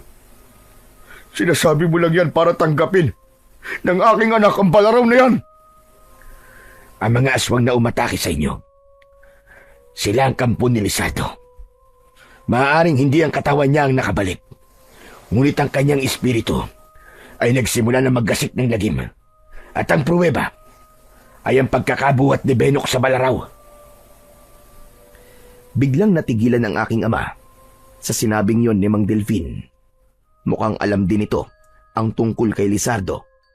Mas nagulat din ako sa aking natuklasan sa totoong pagkatao ni Tatay at Mang Delfin. Kaya siyang tagapagmana na sandata dahil nananalaytay sa kanyang ugat ang pagiging dugong panday. Kusa siyang pinili ng balaraw at maluwag din sa dibdib ni Benok ang pagtanggap sa malaking responsibilidad na nakaatang sa kanyang balikat. Kaya wala ka na magagawa kundi ang tanggapin ang nakatakda para sa kanya. Hindi. Hindi ko hahayaan na mapahamak ang aking anak. Baka mapatay na talaga kita sa oras na masaktan ang aking anak. Tay, huwag niyo pong sisihin si Mang Delpin. Wala po siyang kasalanan. Ako po may gusto nito. Ibalik mo na ang balaraw sa kanya, Benok. Kung ayaw mong itakwil din kita, kagaya ng ginawa ko sa kanya. Tay, ayoko po. Mamili ka. Si Delphin o ako? Talaga bang ganyan ka nakasama? Pati ang anak mo, pinahihirapan mo. Ano, Benok? Siya ba ang pipiliin mo? Tay, alam niyo naman po kung gaano po kayo kaalaga sa akin. Patawarin niyo po ako, Tio Delphin. Ngunit, kailangan ko pong bitiwan ng balaraw. Malungkot akong napatingin na ngayon ay Tio Delphin ko na. Nang iabot ko sa kanya ang balaraw, tinanggap niya yon habang bakas sa kanyang muka ang pag-aalala. Mamayang gabi, tiyak na sasalakayin kayo ng mga aswang. Maaaring sa mga oras na to, alam na ni Lizardo kung sino ang tagapagmana ng balaraw. Huwag mo akong lokohin. Hindi na ako naniniwala sa'yo. Halika na, Benok. Umalis na tayo. Hinawakan ng aking ama ang aking kamay at naglakad na kami papalayo sa bahay ni Tio Delphin. Bigla akong nag-alala sa sinabi nito. Paano nga kung sumalakay sa amin si Lizardo? Wala na sa akin ang sandata, pero hindi ko rin naman kayang sumuway kay tatay. Ayoko na siyang mapahamak ulit nang dahil sa akin. Pagsapit ng gabi, ay pabaling-baling ako sa higaan. Panay din ang silip ko sa bintana dahil pakiramdam ko merong mga matang nakatingin sa akin. Kaya pagsilip ko, sakto rin ang pagbungad ng aswang mula sa labas ng bintana. Nakangisi ito na pilit akong inaabot ng kanyang kamay. Tay! May aswang, Tay! Tay! Agad na bumalandra ang pinto sa malakas na pagtulak ni tatay. Mabilis siyang pumasok at inilayo ako sa aswang na nagpipilit na pumasok sa loob ng aking silid. Kumuha si tatay ng itak, saka kami pumasok sa loob ng kanyang kwarto. Kaya lang, meron na palang naghihintay sa amin doon na 2 aswang. Nakipagpambuno ang aking ama. Tinaga niya ang kamay ng aswang, ngunit Hindi man lang ito natinag. Tay, hindi po sila tinatablan ng ordinaryong itak lang. Tanging ang balaraw lang po ang makakapatay sa kanila. Hindi anak! Takot din sila sa asin! Halika, bilisan mo! Kukuha tayo ng asin sa kusina! Agad kaming nagtungo papunta sa kusina. Kumuha kami ng asin at isinaboy namin sa mga amalanhig na nakapasok na sa loob ng aming bahay. Bawat saboy ni tatay ng asin ay sinusundan niya ng taga. Ako naman ay dumampot ng kahoy at nakipaglaban na rin sa mga aswang. Ginamit ko ang aking mga natutunan kay Tio Delfin. Maya-maya pa ay tinamaan ng suntok ng aswang si tatay sa kanyang sikmura, kaya nabitiwan niya ang itak. Agad ko yung kinuha at inatake ang mga kalaban. Tinaga ko ang kanilang leeg. Tama, baka kapag pinugutan ko sila ng ulo, ay mamamatay na sila.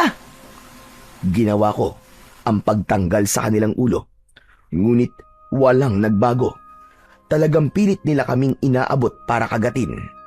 Kahit natanggal na ang kanilang ulo, gumagapang pa rin ang kanilang katawan. Tay, ano pong gagawin natin? Parami na po sila ng parami. Nagpalinga-linga ako sa paligid ng bahay at napako ang aking atensyon sa nilalang na nakatayo sa labas ng aming bakuran. Naririnig ko ang nakakakilabot niyang paghalakak. May balabal siya na may hood, kaya hindi ko makita ang kanyang muka.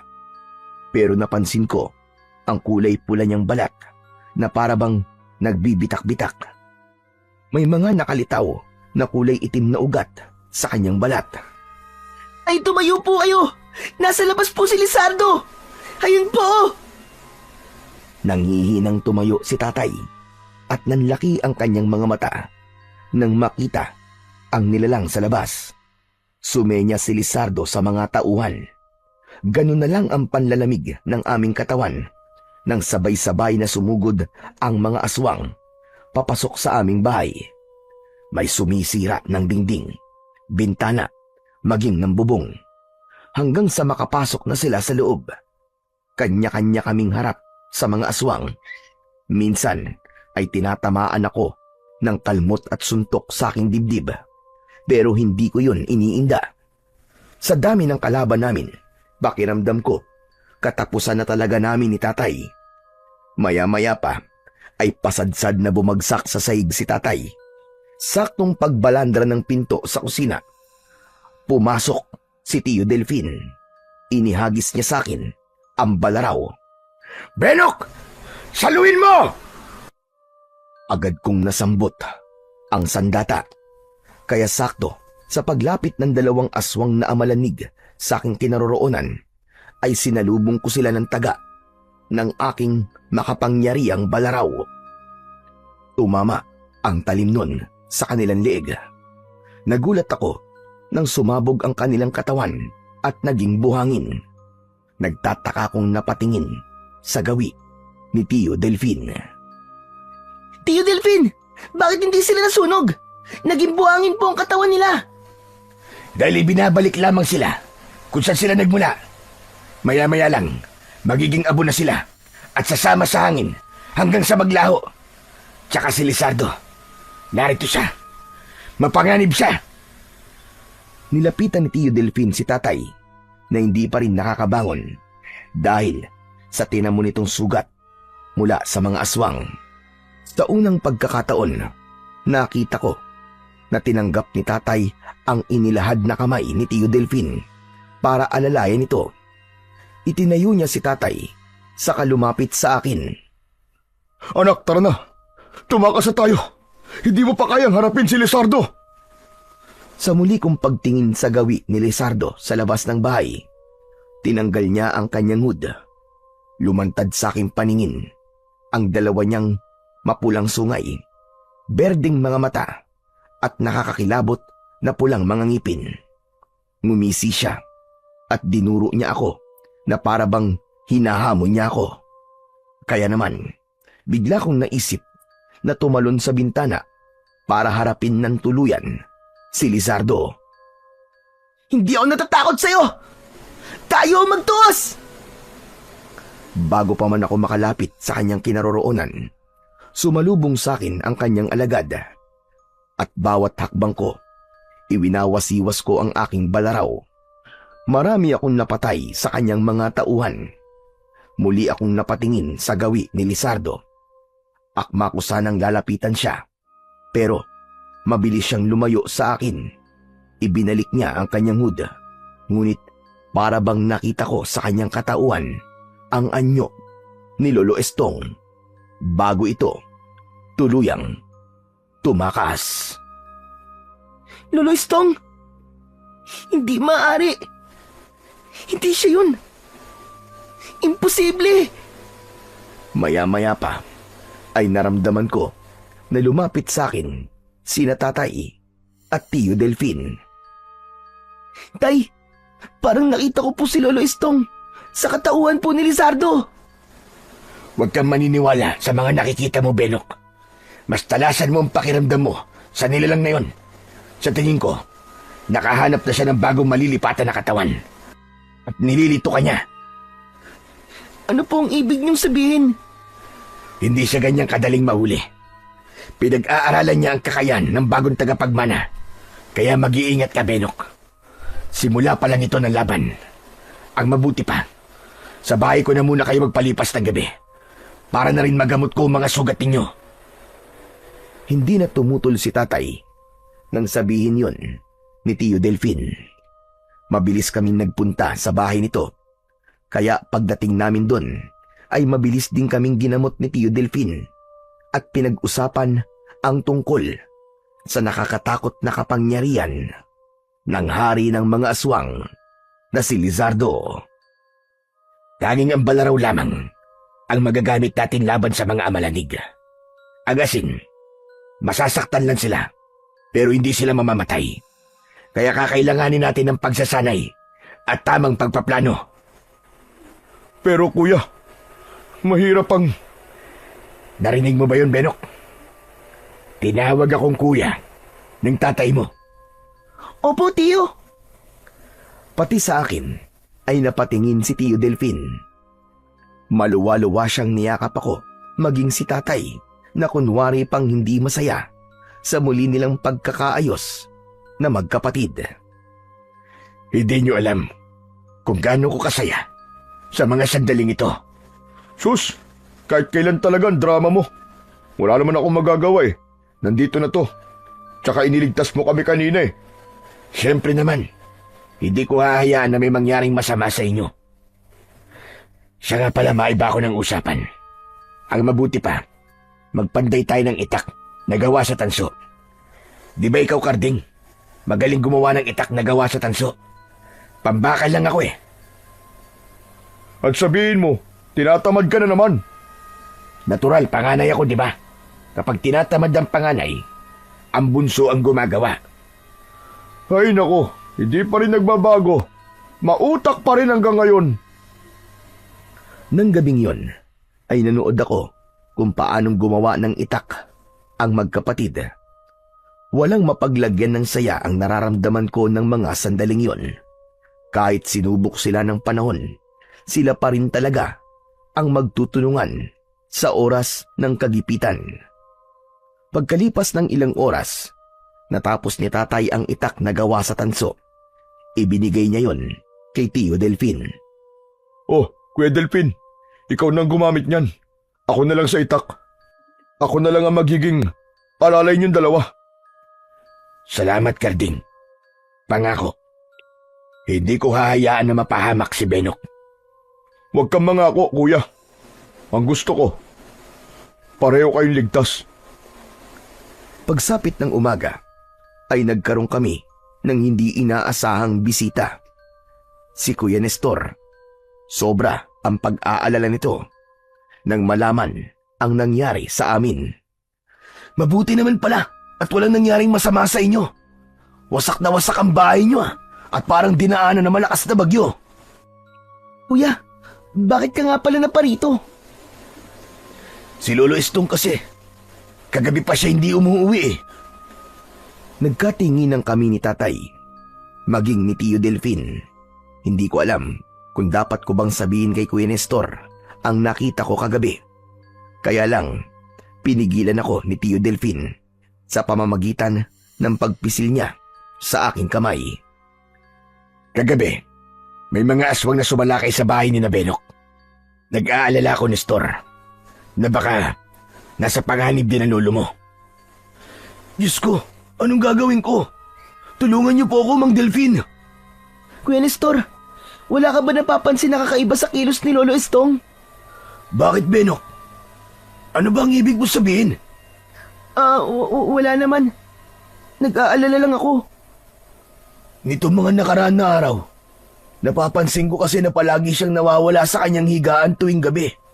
Iniisip ko na lang na baka naiinip siya, kaya nangangaso siya sa gubat. Nagkakamali ka, Nestor. Matagal nang hindi nangangaso si Tatay Estong. Magmula nang mamatay ang kaibigan niya. Natatay namin ni Kuya Delfin. Po? Ama nyo? Ibig sabihin magkapatid kayo? Oo, Nestor. Ganun na nga. Kaya pala maganang loob sa inyo ni Benok, Mang Delfin eh. Mang Delfin, tulungan niyo po akong mahanap si Lolo. Sige, Nestor. Kami ang bahala.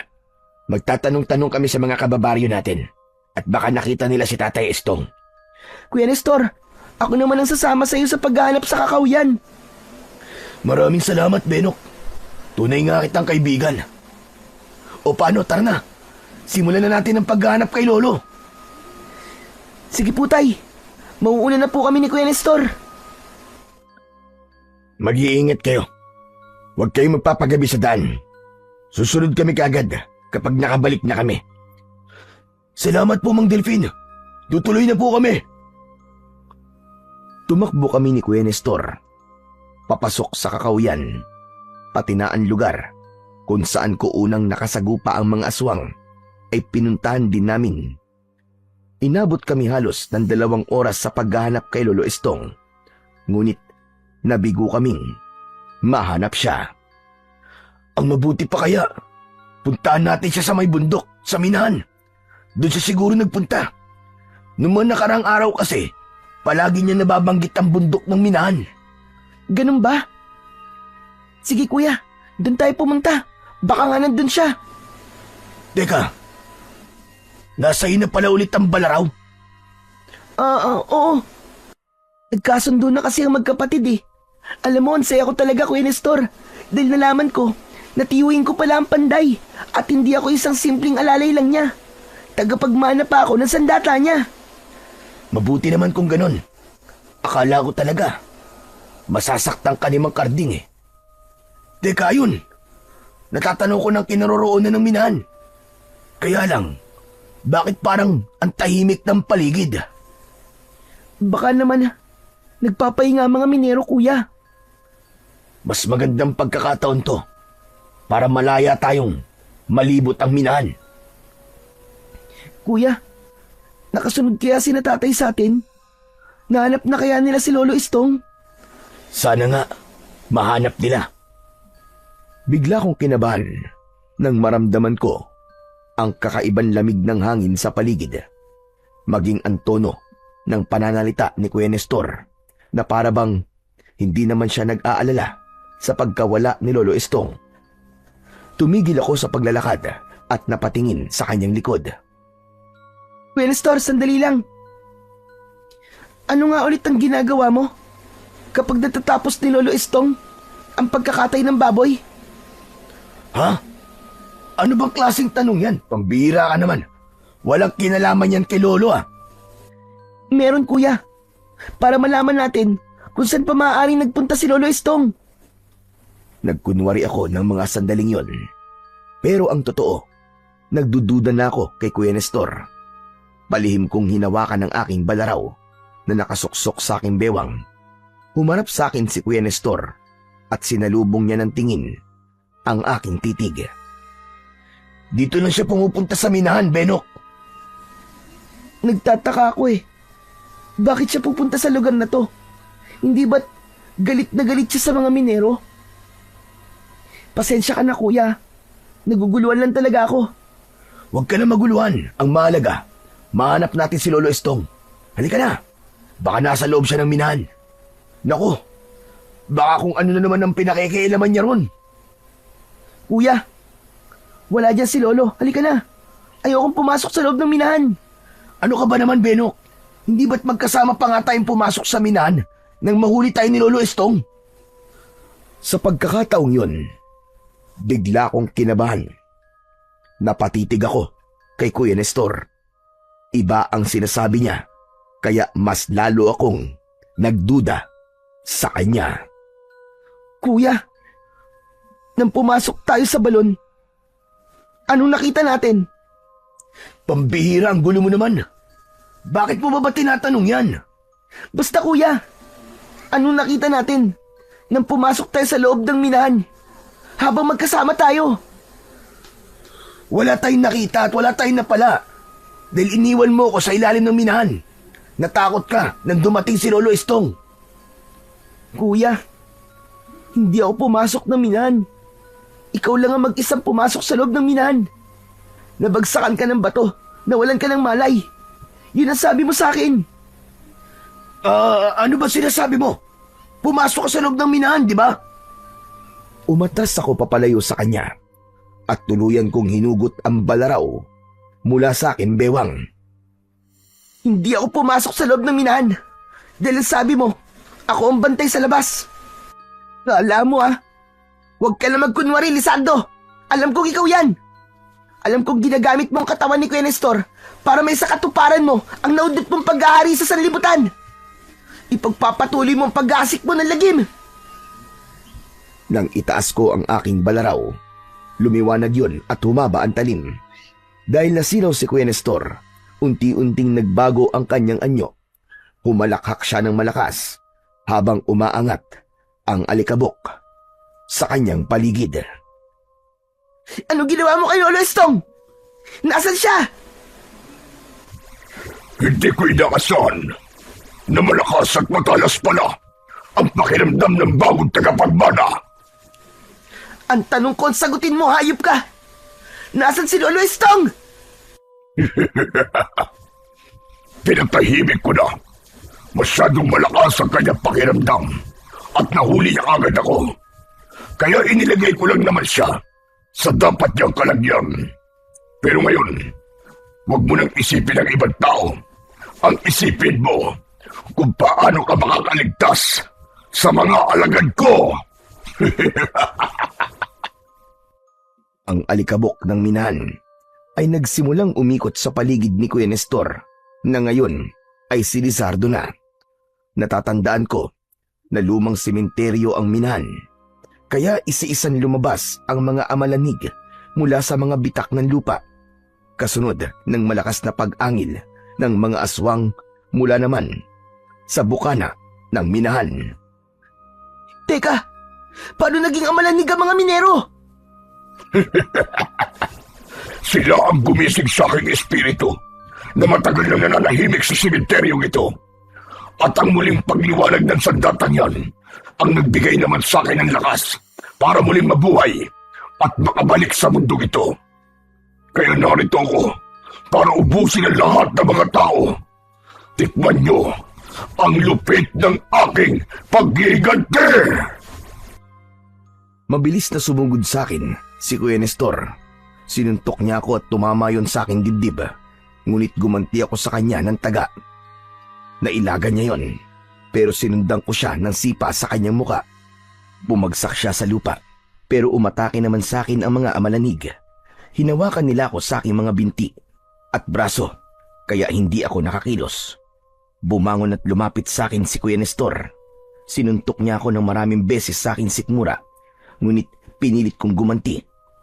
Lumayo siya sa akin, kaya nagkaroon ako ng pagkakataon para atakin ng mga aswang. Tinamaan ko sila ng taga sa kanilang mga leeg. Sumabog ang kanilang katawan hanggang sa maging buhangin. Saka ko hinarap si Kuya Nestor. Sabay kaming napalingon sa pagdating ni Kuya Delfin. Benok, narito na ako! Si Lizardo! Siya si Nestor! Tumalon ng mataas si Kuya Nestor at diretso ang kanyang bagsak sa harap ni Tio Delfin. Naglaban ang dalawa habang ako naman. Binalingan ko ang mga aswang. Bawat tamaan ng balaraw ko, agad na mamatay.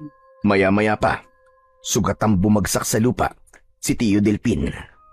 Lalapitan ko sana siya, pero tumama sa aking tiyan ang malakas na suntok ni Kuya Nestor. Pagkatapos, sinaksak niya ako ng kanyang kuko. Tumama yun sa aking dibdib. Naramdaman ko ang masakit na pagbaon ng kanyang kuko sa aking laman. Alam mo bang ako ang bumutas ng dibdib sa bangkay na natagpuan sa kakawyan? At ganun din ang mangyayari sa'yo. Pakawalan mo ang pamangkin ko. Marami ka nang kinuwang buhay sa pamilya ko. Kaya hindi ako makakapayag na magtagumpay ka pa sa pagpatay kay Benok. Mataas na tumalon si Tio Delfin para saksakin ang ulo ni Kuya Nestor. Nakailag ito, ngunit natapyas ni Tio ang sungay ng kalaban.